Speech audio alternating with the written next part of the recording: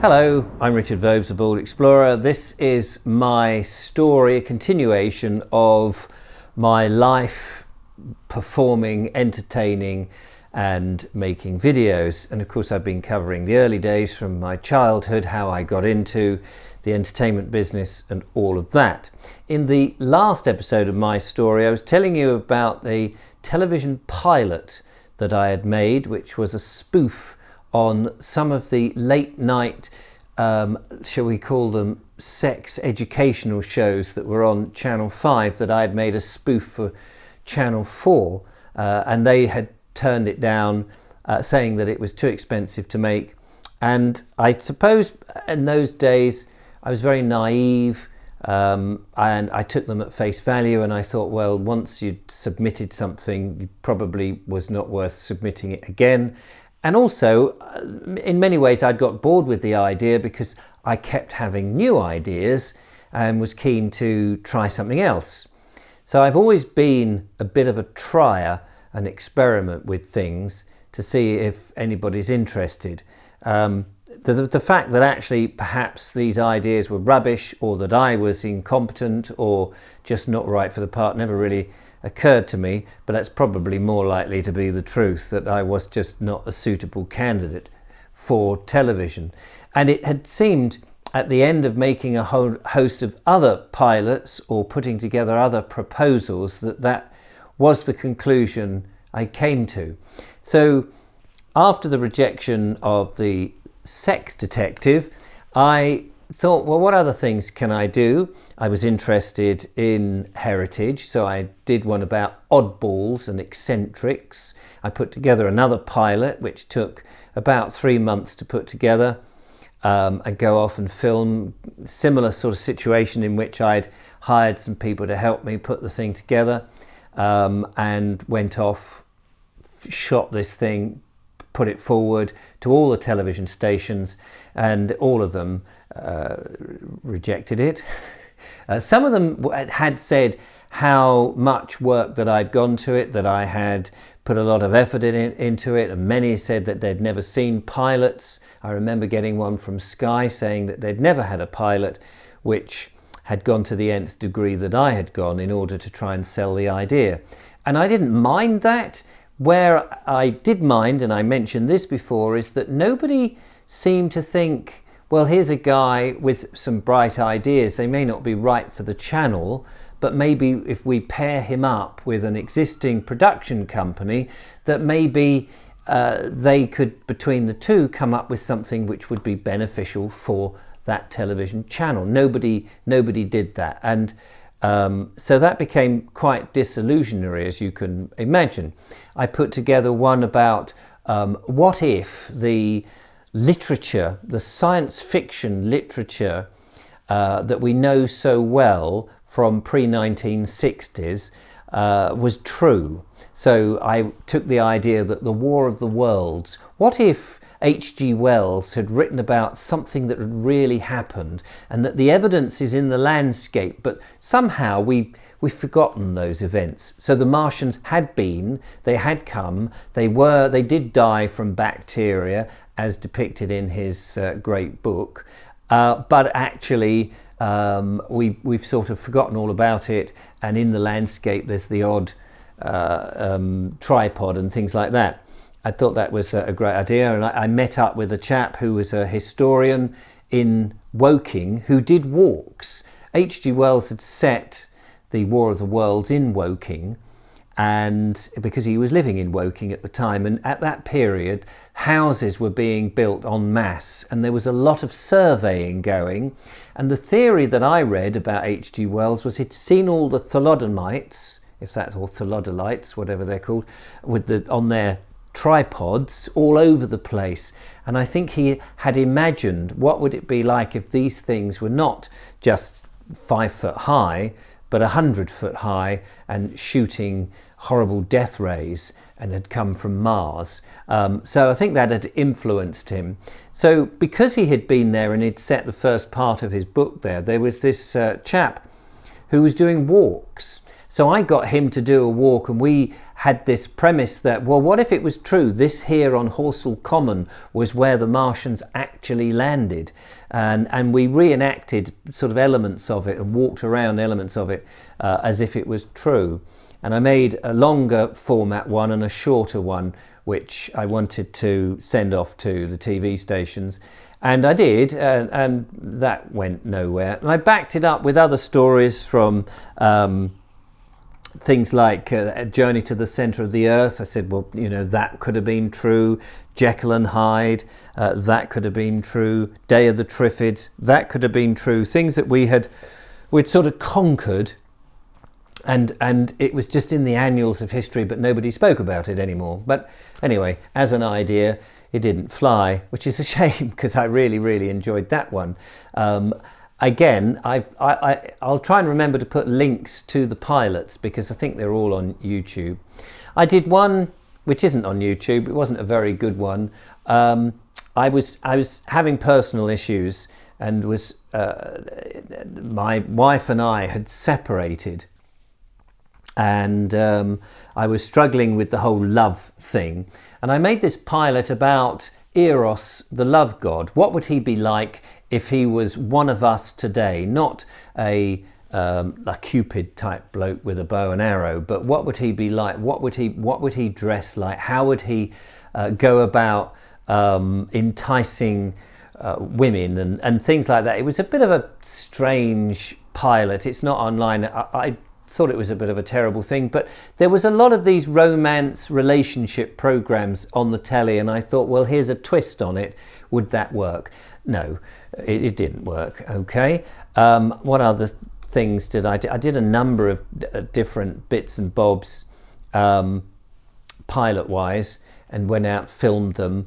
And at this point I'd bought my PD-150, which is an entry-level broadcast camera for fly-on-the-wall documentary work, which I spoke about in last episode. So I'd bought this, so I was using digital film making techniques, and I was loving that. I was loving the effects that you could get, albeit on a budget, of course. Another one I did, I thought, well, this could be a bit of a magazine-y type program. Look what I can do, based on the fact that everybody has party pieces. You know, you go to a party, someone can wiggle their toes, make their tongue touch their nose. Not an original idea, but at the time, of course, I was fire eating, I was balancing on a walking globe, I could juggle 5 balls, I could ride a giraffe unicycle and juggle on that, I could walk on a slack rope, I could lie on a bed of nails, I could walk on glass, I walked on stilts, I did mime and robotics, all those skills that I'd learnt and was performing as a corporate entertainer on the corporate circuit, which I have to say I had begun to really hate doing. Even though the money was good, I was just feeling there was nothing. It was a means to an end. It wasn't, I didn't feel terribly much appreciated, especially on one occasion when I was working for a firm of lawyers at an entertainment thing. They had a buffet and there was lots of lawyers having, and entertainers had been booked, and I was a mime artist doing all that mime that I'd gone to mime school to learn. And I was walking around the room as you were supposed to do, just performing your stuff, and I was doing the wall, all very technically good. And one of these lawyers who was having a chat with somebody else just walked up and just abruptly told me to F off. And I just thought, you know, I don't want to be here. I don't want to be doing this. This is not for me. I wanted all the time since I was a kid, wanted to work on film, or be an actor or a film director, and that was all I ever wanted to do. And the performing live was great, but not to this audience. They didn't really want you there. It just felt like I was moving wallpaper.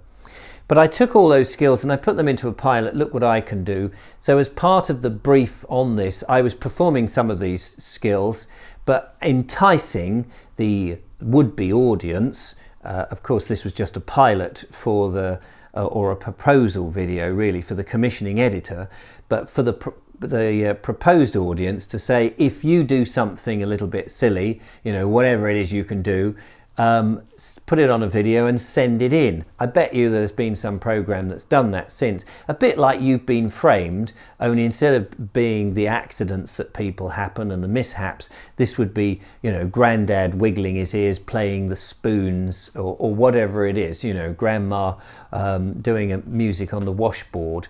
Anything that would be seen to be entertaining. And I thought I would make a great host because I did all those various things and I was prepared to give learning stuff a bit of a go. Well, it never took off. So in the end, I got very disillusioned with television. Clearly they didn't want me. I didn't really understand why. I'd done my level best to break into TV. It just seemed that I was banging my head against a brick wall. I was earning a living, but not in the means that I wanted to, but albeit in entertainment. And I thought there's still got to be a better way. And then I thought, well, why don't I do my own thing and see if I can get kids, because I had a history of doing kids stuff, interested. And so I thought the internet may be the place to do things. It was up and coming. And so this was around about 2003. And I came up with this idea of a children's radio, children's internet radio. And I could do comedy voices and do adventures, and you could do so much with sound. You didn't have to worry about pictures. The audio was in your mind, and I thought kids would love it. And so I put together a whole load of ideas and came up with something which I was going to launch called Thumbs Up Radio. And it was going to be a kids radio, Thumbs Up Radio. And I put together some proposals, tried to get some other people interested in it. And then I realised, of course, that their kids didn't listen to the radio. They weren't really interested. My kids weren't interested. They were interested because they were featured in it, but they wouldn't listen to anything for any length of time. The days of Listen with Mother was long gone. And although I got very excited about this because I thought it was something I could do, it was embryonic for something else. Kids played computer games. That's where they were. And if I had had that interest in computer games, maybe I could have been one of those early computer game players who performed and showed off the games and got myself on YouTube. And by now I'd be, again, very rich. But I wasn't interested in computer games at all. Still not. And I was interested in the creative mind, that you could conjure up things, and that it was, you know, I felt that it was more healthy for children to use their imagination than to have games do it all for them. So I binned that idea. It never really got going. And then towards the end of 2004, I had another idea. I had this notion, what would it be if you could listen to the radio, but not just in your car and not just locally? Because one of the problems with radio is if you were listening to a local station and then you drove north, for example, by another 20, 30 miles, you'd lose the station because they were quite local, and you'd have to then listen to a different station. If you were listening to the national stations, you'd be all right, but you were limited to how many of those there were. And if you drove through a tunnel or something, you'd lose the signal, and sometimes you had to retune, and it was a bit bothersome. And I thought, but what about commuters, people who walk to work, people who go on buses, people who are on trains? It's very difficult to listen to the radio to take away that boring commute. And at the time, MP3 players had started to come out. Apple had released the iPod, and you could have so many tunes. And I thought, well, there must come a point where you get bored of listening to the same old music. What if you had a radio program that you could download, put it onto your iPod, and listen whilst you did your commute? And what if you had that every day? A different program which was filled with a bit of nonsense. And I thought that would be a great idea. And I started to look into how you might do this. And then I discovered, this was in sort of early at the beginning of December 2004, I discovered, there's already something in America called podcasting. I'd never heard of it before, and it had only just started up. And it was a bunch of geeky people, mostly. Somebody had invented this thing called an RSS feed, which was a distribution service.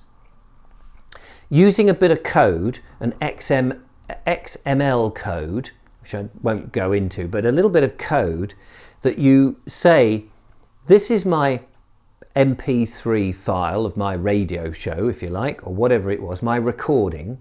It's sitting on this server over here, and if you want it, with a bit of software on your computer, it will check every day to see if there is a new MP3 on it, and if there is, it will download it for you. In other words, it was a technical internet complicated method of being a bit like radio, in as that you tune in and go, oh, there's a program. The difference was with podcasting was you could listen to this at any time. You weren't fixed to whenever the broadcaster wanted to broadcast it. And I thought, this is the podcasting. It's brilliant, but somebody's already done it. Somebody's had the idea I'd come up with before I'd come up with it, although I didn't know they had. We came up with it at a similar time. They'd already had the technical know-how how to deliver it using this RSS feed service. And I thought, oh, well, that's that then. I'm stuffed, somebody's done it, and I'll have to go back to the drawing board and think of something else that will hang my skills and so-called talents on. And this started to plague on me. I was really annoyed that the Americans would have it, that everybody would have to listen to this one or two programs that were coming out on this RSS feed called a podcast. And then of course I realized then, wait, hold on a second. You don't just have to have those. Anybody could set up an MP3, make a recording, use the RSS feed, that process, and then anybody who subscribed, not for money, but just subscribed to the feed, could get this audio as often as it was published. And I realized, anybody could do this. Not many people in the UK were doing it. In fact, at the time, I couldn't find anybody. So I started up in January 2005, a few days later, the Richard Vobes radio show. And I then soon realised that actually I was the fourth UK podcaster at the time. There was a chap called Rowley Cutler who had the Dark Compass podcast, which was really him rambling on about things that were going on in his life as he travelled to work on a train. But it was weird because we hadn't really heard people talking in a very ordinary way other than radio, and it was very refreshing, and you sort of followed what he was up to. There was another chap called Paul, Podcast Paul, and he had a couple of episodes up at that time. One was one was playing 80s music, and the other one that I'd heard was him and a mate getting very drunk, having sampled a number of whiskies, and that was it. And I thought, this is incoherent, really. It's interesting because it was new, but none of them were structured. And I felt, well, because they're amateurs, they haven't come from a professional world. There was another chap who was playing music in Scotland called, he had his called the Tartan Podcast. And then there was me with the Richard Vobes radio show, which was very much a cross between a Kenny Everett radio show and a local radio show, really. It was doing silly voices, silly little things, interviews with people on the street. I also had my daughter, my 11-year-old daughter, as part of the podcast. My marriage had broken down and we were separated, and Dawn had taken the kids only 100 yards or so down the road to live in a house, and I was still here. And it was a way of keeping in touch with my kids. I would go over and kiss them goodnight every night because they were only over the road, effectively. But Georgie, who was more affected by the separation, I would have her come over and we would do this initially together. And the Richard Vobes radio show was born, and I broadcast that every day. It morphed into the Vobes show as a podcast. Of course, over the years, Georgie grew up and was less involved. And then it just became me and a few other people. On the back of doing the podcast, went to America twice, paid for by the listeners, and it grew and grew. And it had been, I think, doing this show, sometimes I would get up at 5 o'clock in the morning and record a 30-minute show as live. And sometimes I would record it the night before at about 8 o'clock. We did early cam streams, which was webcamming before YouTube were doing streaming or Facebook were doing streaming. We were very much pioneers in this. I had, on one occasion, I had famous people ring me up on the show. I'll mention them separately, I think, and talk about how the Vobes show morphed into things like the Bald Explorer and other things in another podcast, because I can see that the time is running against me in this one. But that's how I moved away from television and got into the wonderful world of audio and podcasting, although even that started to bring in video. And then later on, I got into corporate videos, and I'll probably talk about that in the next episode. Thank you very much for watching. Hope it's been enjoyable and you've know a little bit more about my background. Yes, and I was for a period in history not only the 4th UK podcaster, but I was the most prolific podcaster, because I did it every day, and everyone said you don't need to do it every day, and I said yes, it's like a piece of fresh bread. I got it into my soul and I wanted to make this work. I was desperate to make it work, and I thought if I work at this really hard and do it every single day, even at Christmas and bank holidays, which I did for, I can't remember, about 8 or 9 years now, until I got to a point where I just could not make it, would not make any money, and I had to think again. We'll talk all about this on another one. Thanks so much for listening. Take care, and bye-bye for now. Bye-bye.